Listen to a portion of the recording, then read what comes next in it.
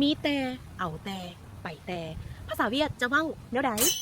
ฮัลโหลxin chào mọi ngườiสวัสดีทุกคนพบกันอีกแล้วกับก็ไม่ซิงมื้อนี้เราจะมาเรียนภาษาเวียดกับคำว่ามีแต่เอาแต่เบิ่งแต่หรือว่า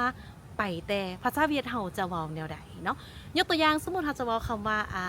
มีแต่3อันมีแต่3อันเนาะคำว่ามีภาษาเวียดเราว่าก๋อคำว่าแต่กรณีนี้เราจะเว้าว่าจีเนาะแต่ว่าภาษาเวียดจะปีนคืนก็คือจะเว้าว่าแต่มีก็คือจีก๋อจีก๋อบ้ากายเนาะมีแต่3อันจีก๋อบ้ากายก็คือแต่มี3อันจะปีนขึ้นน้อยนึงเนาะแต่มี3อันจะแปลว่าจีก๋อบากายก็คือมีแต่3อันมีแต่2คนมีแต่2คนจีก๋อ2ngườiจีก๋อ2ngườiมีแต่2คน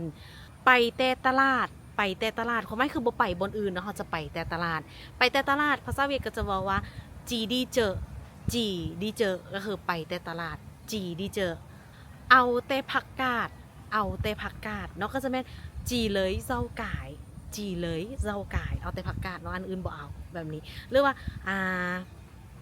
เอาแต่ปืมเหียนภาษาเวียดเอาแต่ปืมเหียนภาษาเวียดก็ว่าจีเลยแซกหอบติ๋งเวียดจีเลยแซกหอบติ๋งเวียดแบบนี้ปืมอื่นบ่เอานะเอาแต่ปืมเหียนภาษาเวียดสำหรับนักเรียนคนใดสนใจเรียนภาษาเวียดเรียนภาษาเวียดกับปืม30นาทีเรียนภาษาเวียดโดยตัวเองวันนี้เนาะหับประกันเรียนหมดเล่มนี้จะได้ตั้งแต่พื้นฐานจนถึงระดับกลางนักเรียนคนใดสนใจ